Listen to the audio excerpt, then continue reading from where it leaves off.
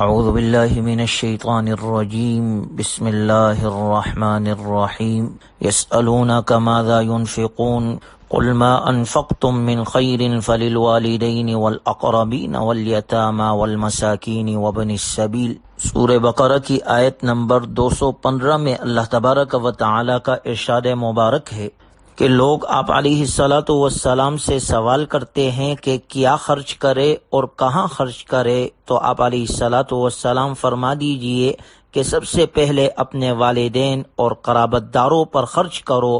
ان پر خرچ کرنا انسان کی فطرت کا تقاضا ہے، اور اسلام چونکہ دین فطرت ہے اس لیے اس کے احکام میں بھی فطرت کی رعایت پائی جاتی ہے۔ ان پر خرچ کرنے سے کچھ بچ جائے تو پھر ان لوگوں پر خرچ کرو جن کے ضعف، احتیاج اور غربت کو دیکھ کر ہر انسان کے دل میں جذبہ رحمت بیدار ہوتا ہے، یعنی یتیم، مسکین اور مسافر۔ وما تفعلوا من خیر فإن اللہ بہ علیم، اور کسی بھی مصرف پر خرچ کرتے ہوئے اور بلائی کا کوئی بھی کام کرتے ہوئے یہ ضرور یاد رکھو کہ اللہ تمہارے اس عمل سے باخبر ہے، تمہاری توجہ بس اسی کی طرف ہونی چاہیے۔ اگلی آیات 27ویں رکوع میں اللہ تعالی نے جہاد اور حرمت والے مہینوں میں قتال کا ذکر کیا ہے۔ کتب علیکم القتال وہو کرہ لکم، تمہارے اوپر جہاد فرض کر دیا گیا ہے حالانکہ وہ تمہیں طبعاً گراں معلوم ہوتا ہے۔ وعسى ان تکرہوا شیئا وہو خیر لکم، لیکن ممکن ہے کہ تم کسی چیز کو ناپسند کرو حالانکہ وہ تمہارے حق میں بہتر ہو۔ وعسى ان تحبوا شیئا وہو شر لکم، اور یہ بھی ممکن ہے کہ تم کسی چیز کو پسند کرو جبکہ وہ تمہارے حق میں بری ہو۔ ہر چیز کی حقیقت اللہ جانتا ہے اور تم نہیں جانتے۔ اللہ تعالیٰ کہتا ہے کہ میں تمہارا خالق ہونے کے ناطے تمہاری فطری اور طبعی کمزوریوں سے آگاہ ہوں۔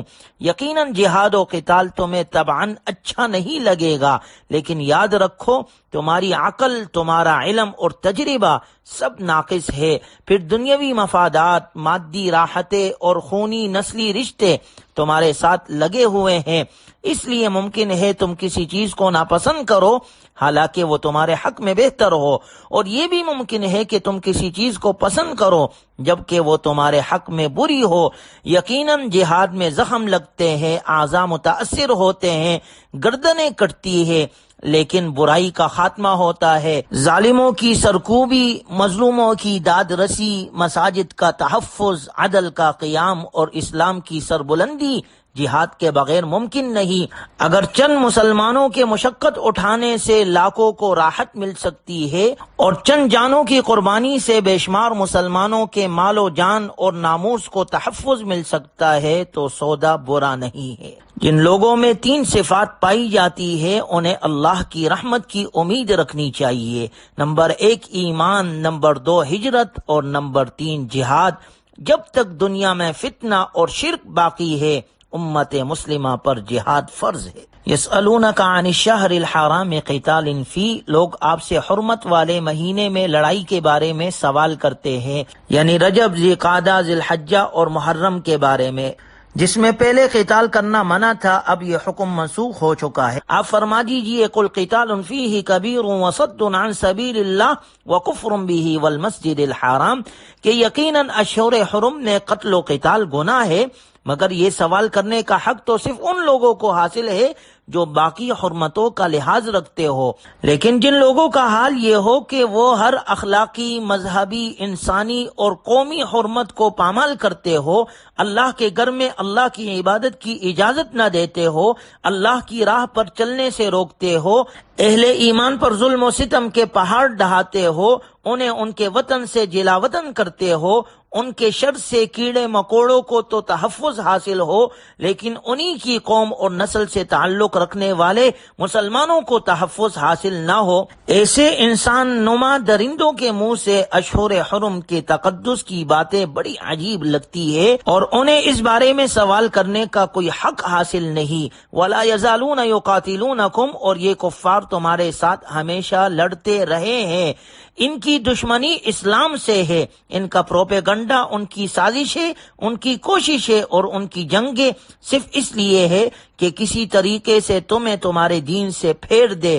وَمَن يَرْتَدِدْ مِنْكُمْ عَنْ دِينِهِ، لیکن یاد رکھو تم میں سے کوئی دین سے پھر گیا اور کفر کی حالت میں ہی اسے موت آ گئی تو اس کے سارے اعمال ضائع ہو جائیں گے، نہ وہ اسے دنیا میں کچھ فائدہ دیں گے اور نہ ہی آخرت میں۔ جو شخص مرتد ہو جائے یعنی دین اسلام سے پھر جائے تو اس کے سارے اعمال باطل ہو جاتے ہیں اور وہ جہنم کا حقدار ہو جاتا ہے، اور دنیا میں اس کی سزا یہ ہے کہ اگر وہ سمجھانے کے باوجود باز نہ آئے تو اسے قتل کر دیا جائے۔ یسألونک عن الخمر والمیسر، لوگ آپ سے شراب اور جوئے کے بارے میں سوال کرتے ہیں کہ ان کا حکم کیا ہے۔ قل فیہما اسم کبیر، آپ فرما دیجئے کہ ان دونوں چیزوں کے استعمال میں بڑا گناہ ہے۔ شراب اور جوئے میں اگرچہ ظاہری اور مادی منفعتیں نظر آتی ہے، لیکن اس میں جسمانی، عقلی، مالی، اخلاقی اور معاشرتی اعتبارات سے جو نقصانات ہے وہ اس کے منفعت کے مقابلے میں کہیں زیادہ ہے۔ معاشرتی اور اجتماعی اعتبار سے دیکھے تو بہت سے جھگڑے، قتل و غارت گیری اور ایکسیڈنٹ شراب کی وجہ سے ہوتے ہیں۔ رسول اللہ صلی اللہ علیہ وسلم نے شراب کو ام الخبائث یعنی خباثتوں اور گناہوں کی جڑ قرار دیا ہے۔ اللہ ہماری حفاظت فرمائے۔ اسی طرح جوئے کا بھی یہی حال ہے کہ اس میں ظاہری فائدہ تو یہ تھا کہ جو جیت جاتا ہے اسے ایک دم بہت ساری دولت ہاتھ آ جاتی ہے، لیکن اس میں سماجی اور اجتماعی نقصانات بہت سارے ہیں۔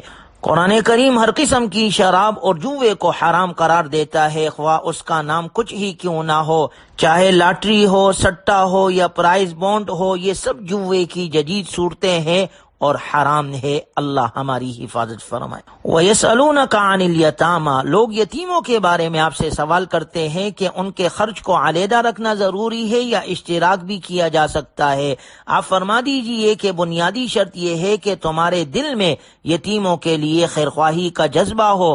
اگر اشتراک میں یتیم کا فائدہ نظر آتا ہے تو پھر اشتراک ہی بہتر ہوگا۔ یہی شرط یتیم کے دوسرے معاملات میں بھی ہے۔ اللہ تعالی نیتوں کا حال خوب جانتا ہے، اسے علم ہے کہ اشتراک سے کس کا مقصد خیرخواہی ہے اور کس کا مقصد لوٹ مار ہے۔ اگلی آیت میں اللہ کا ارشاد مبارک ہے وَلَا تَنكِحُوا الْمُشْرِكَاتِ حَتَّى يُؤْمِنْ، اور مشرک عورتوں کے ساتھ نکاح نہ کرو جب تک کہ وہ مسلمان نہ ہو جائے۔ اسلام کی نظر میں میاں بیوی کا تعلق کوئی عارضی اور ہنگامی تعلق نہیں بلکہ بہت گہرا اور سنجیدہ تعلق ہے، جس میں بہت ساری حکمتیں اور مصلحتیں پوشیدہ ہے۔ ان مصلحتوں کا تقاضا ہے کہ اور کچھ نہیں تو کم از کم زوجین کے بنیادی عقائد تو ضرور مشترک ہو، اس لیے کہ انسان کی شخصیت اور اس کے تمام معاملات پر عقائد کا بہت گہرا اثر ہوتا ہے اور اس اثر سے اولاد بھی محفوظ نہیں رہ سکتی۔ اس لیے اسلام مشرک مردوں اور عورتوں سے تو کسی صورت بھی نکاح کی اجازت نہیں دیتا، کیونکہ وہ ضلالت کی طرف اور اللہ کے غضب اور جہنم کی طرف دعوت دیتے ہیں، جبکہ اللہ کی دعوت اور اللہ کو ماننے والوں کی دعوت جنت اور مغفرت کی طرف ہے۔ گویا مسلمان کو قلبی دوستی اور رشتہ صرف اہل ایمان سے رکھنا چاہیے، کیونکہ ان کی دوستی جنت میں لے جانے کا ذریعہ بنتی۔ وَيَسْأَلُونَكَ عَنِ الْمَحِيضِ، لوگ آپ سے حیض کا حکم دریافت کرتے ہیں۔ قُلْ هُوَ أَذًى فَاعْتَزِلُوا النِّسَاءَ فِي الْمَحِيضِ، آپ فرما دیجئے کہ حیض گندگی ہے، لہذا حیض کی حالت میں عورت کے ساتھ صحبت کرنے سے بچا کرو، اور جب تک وہ پاک نہ ہو جائے ان سے قربت نہ کرو۔ یعنی حالت حیض میں بیوی کے ساتھ جماع مباشرت جائز نہیں ہے، کیونکہ حیض کے خون میں ایسی نجاست اور ایسے جراثیم پوشیدہ ہوتے ہیں جن کی وجہ سے میاں بیوی دونوں کی صحت خطرے میں پڑ سکتی ہے۔ البتہ آپس میں بوس و کنار، اٹھنے بیٹھنے اور اکٹھا کھانے پینے کی اجازت ہے، جبکہ یہود اس کی بھی اجازت نہیں دیتے تھے، اور نصارہ حالت حیض میں بھی جماع کرنا بھی برا نہیں سمجھتے تھے۔ گویا کہ اسلام نے دوسرے بہت سارے معاملات کی طرح حیض کے معاملے میں بھی افراط اور تفرید کے بجائے اعتدال کی راہ اختیار کی۔ اگلی آیت میں اللہ کا ارشاد ہے وَلَا تَجْعَلُوا اللَّهَ عُرْضَةً لِأَيْمَانِكُمْ أَن تَبَرُّوا وَتَتَّقُوا وَتُصْلِحُوا بَيْنَ النَّاسِ، اللہ کے نام کو ایسی قسمیں کھانے کے لیے استعمال نہ کرو جن کا مقصد اپنے آپ کو نیکی، تقوی اور لوگوں میں صلح کرانے سے روکنا ہو، اللہ تعالیٰ سب کچھ سنتا اور جانتا ہے۔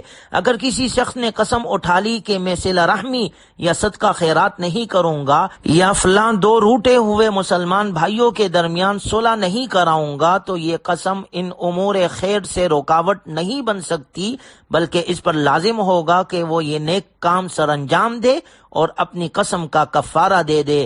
لا یؤاخذکم اللہ باللغو فی ایمانکم، اللہ تعالیٰ بیہودہ قسموں پر تمہارا مواخذہ نہیں فرمائے گا، لیکن ایسی جھوٹی قسموں پر ضرور مواخذہ فرمائے گا جن کا تمہارے دلوں نے ارادہ کیا ہو۔ جان پوچھ کر جھوٹی قسمیں کھانا سخت گناہ ہے اور قابل مواخذہ ہے۔ مستقبل میں کسی کام کے کرنے کی قسم کھانا، پھر اگر قسم کھانے والے نے وہ کام کر لیا تو وہ بری ہو جائے گا، اور اگر نہ کر سکا تو اس پر کفارہ لازم آئے گا، وہ یہ کہ 10 مسکینوں کو کھانا کھلائے، یا کپڑا پہنائے، یا غلام آزاد کرے، وگرنہ پھر 3 دن روزے رکھے۔